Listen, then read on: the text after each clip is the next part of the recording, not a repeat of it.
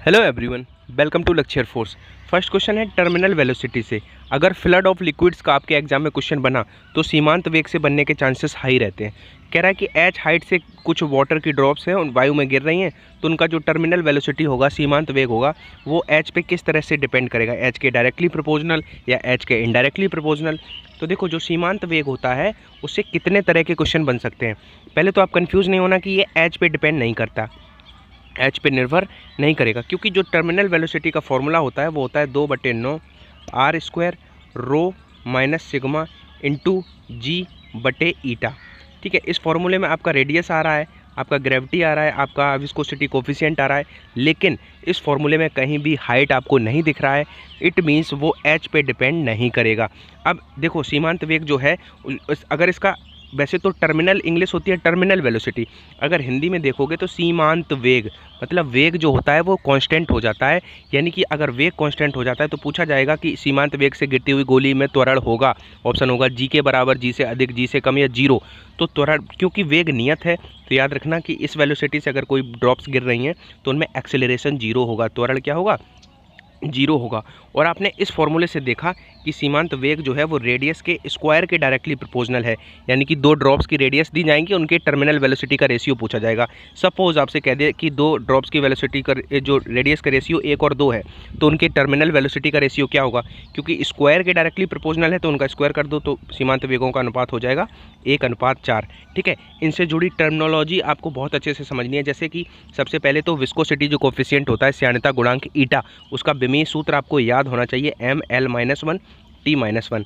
अब इससे इसका मात्रक तो निकल आएगा जो भी निकलेगा, लेकिन जो पूछा गया था क्वेश्चन वो ये पूछा गया था पॉइज किसका मात्रक है, तो बहुत सारे बच्चे कंफ्यूज हो गए थे।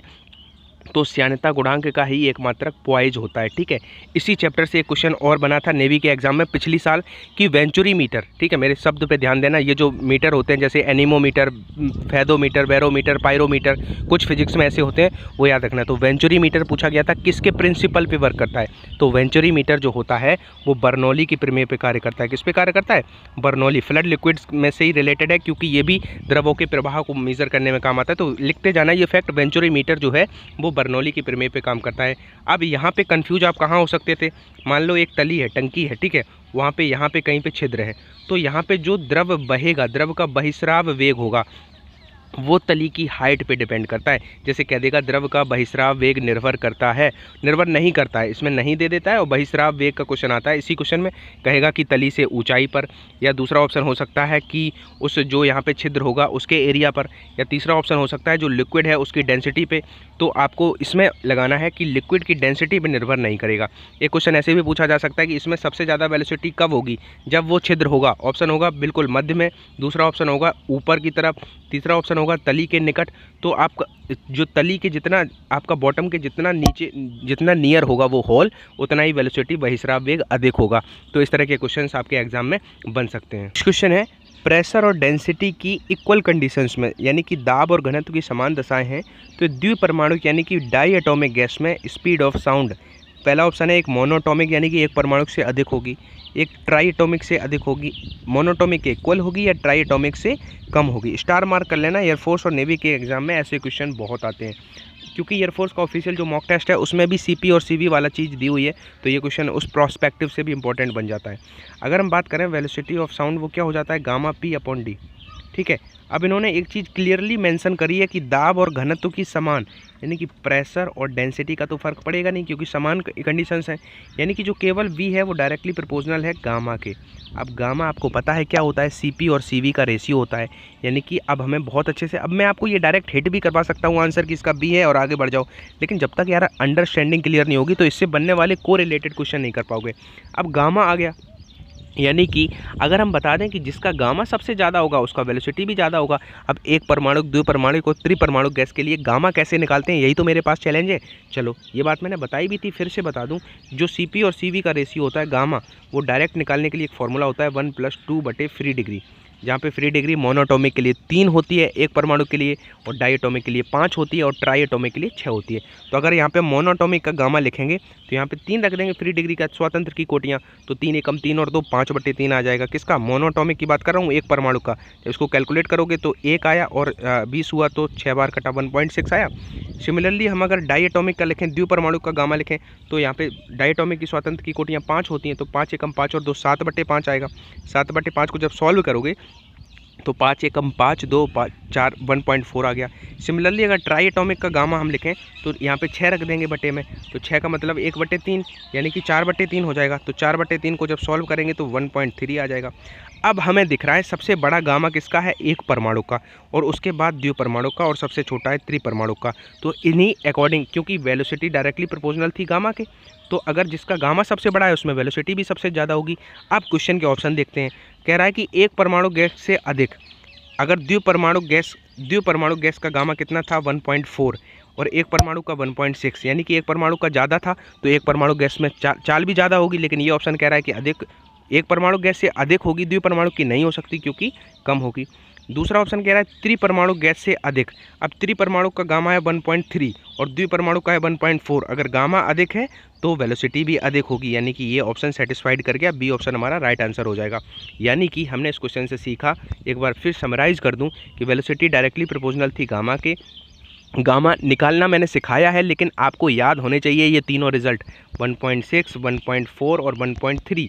ठीक है, तो अगर सबसे ज़्यादा सब इसी अकॉर्डिंग हमने देखा तो त्रिपरमाणु गैस से अधिक हो जाएगी द्विपरमाणु की, क्योंकि उसका गामा जो होता है वो Cp और Cv का रेशियो होता है। ठीक है, कांस्टेंट प्रेशर पे स्पेसिफिक हीट और कांस्टेंट वॉल्यूम पे स्पेसिफिक हीट का रेशियो जो होता है वही गामा होता है। एंड बिफोर वी बिगिन मैं आपको परीक्षा ऐप के बारे में बता दूं। अब अगर आप लोग मॉक टेस्ट में एनरोल करना चाहते हो, अपने आप को इवेल्युएट करना चाहते हो मॉक टेस्ट के थ्रू, तो आप परीक्षा ऐप पे मॉक टेस्ट लगा सकते हो। ये आप प्ले स्टोर में सर्च करना परीक्षा ऐप, वहाँ डाउनलोड करो। वहाँ पे जब सेक्शन डिफेंस सेक्शन में जाओगे तो अपना पर्टिकुलर एग्जाम चूज कर लेना। अगर आपका एयरफोर्स है, नेवी है, AF कैट, NDA जो भी एग्जाम है डिफेंस से रिलेटेड, तो वहाँ पे आप मॉक टेस्ट लगा सकते हो। वहाँ पे क्या है कि आपका वीक सेक्शन बताया जाएगा, ठीक है, स्ट्रॉन्ग सेक्शन बताया जाएगा, अपने फोकस को शिफ्ट कर सकते हो।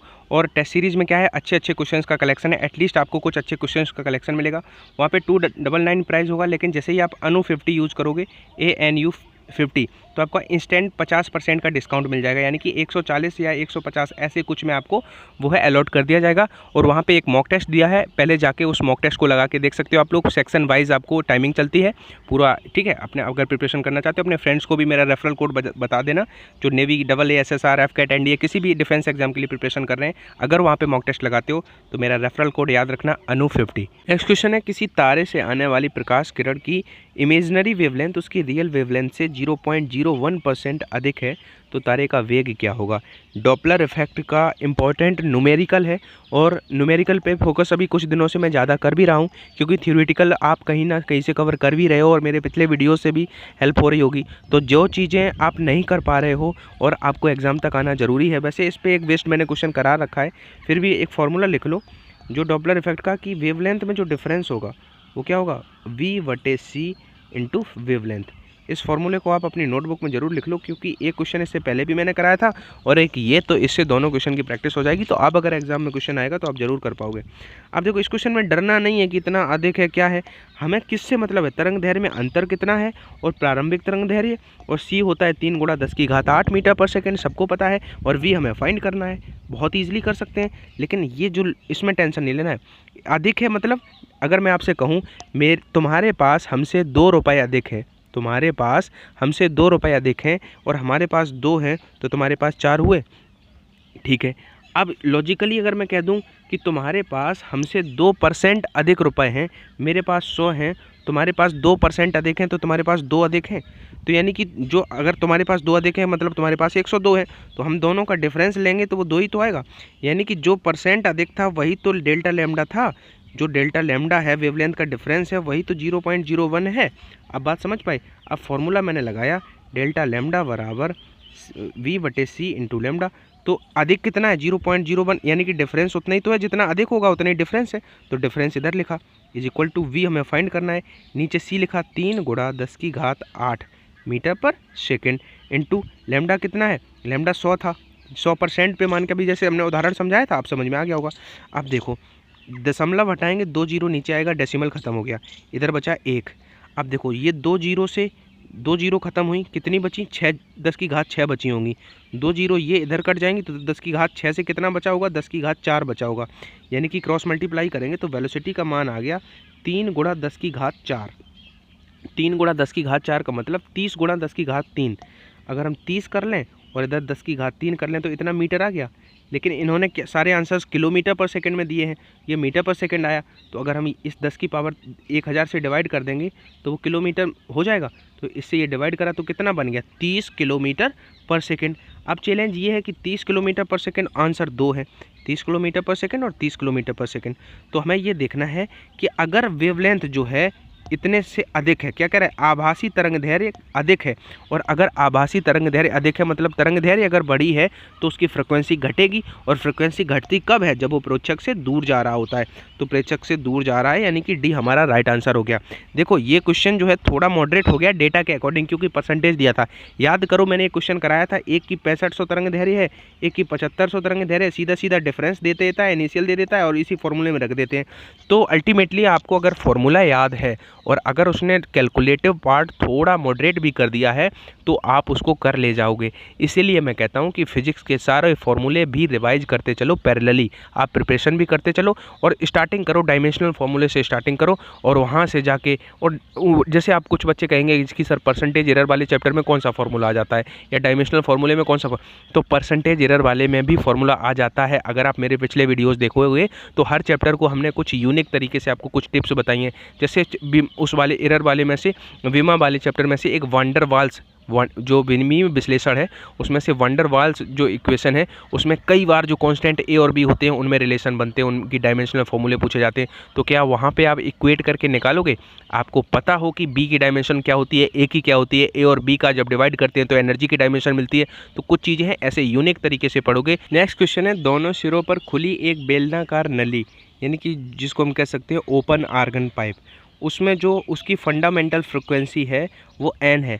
जब नली को जल में इस प्रकार डुबोया जाता है, मतलब उसको नली को वाटर में इमर्स कर दिया गया कि हाफ जो है वो जल में रहे और आधी जो है वाटर में रहे, आधी ऊपर रहे, तो एयर कॉलम की फंडामेंटल अब फ्रिक्वेंसी कितनी होगी। इनिशियली तो n थी जब वो एयर में थी, अब उसको हमने आधा क्या करा है, आधा उसको वाटर में इमर्स कर दिया है। तो अब फंडामेंटल फ्रिक्वेंसी क्या n ही रहेगी या अब आधी हो जाएगी या फिर 3/2n हो जाएगी या 2 गुनी हो जाएगी। अच्छा क्वेश्चन है, समझना ध्यान से। देखो फंडामेंटल फ्रिक्वेंसी के लिए 2 फॉर्मूले आप याद रखो, एक तो आप ओपन का एक क्लोज का।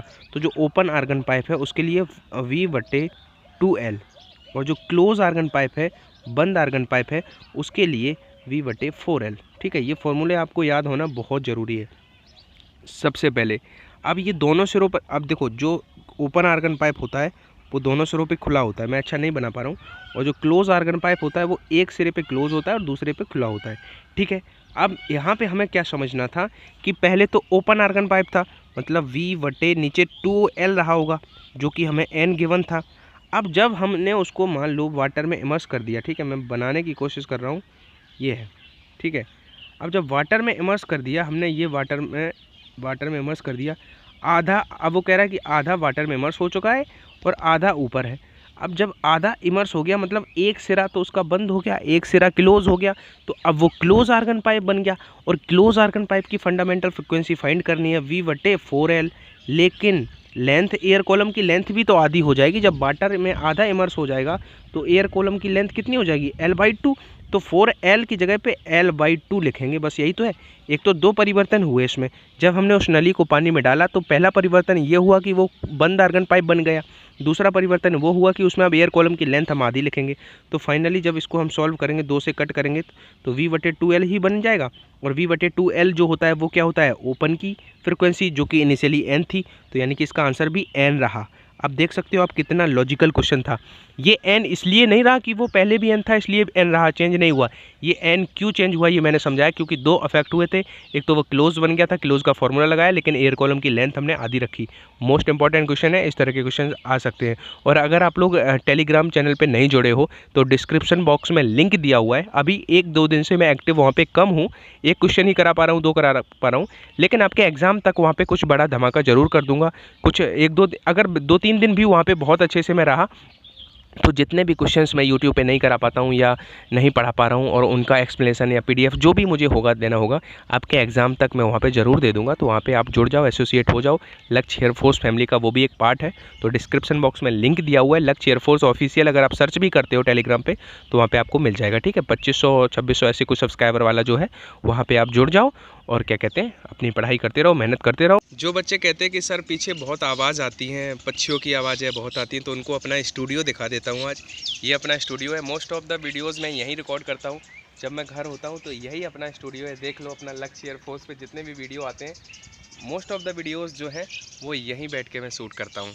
तो आई होप अब आप लोग इस तरह के कमेंट नहीं करोगे कि सर पीछे हमें गिलहरी की आवाज़ आ रही है, मोर की आवाज़ आ रही है, कबूतर की आवाज़ आ रही है। तो ये इंडिया है और यहाँ की बायोडाइवर्सिटी इतनी है कि इस तरह की वॉइस आना स्वाभाविक है। मैं कोई एसी रूम में बैठ के वीडियोज़ रिकॉर्ड नहीं करता हूँ। यहाँ प्रकृति का जो स्पर्श मिलता है वो अनबिलीवेबल होता है और इसका कोई भी कंपैरिजन नहीं है। कोई एसी रूम इसकी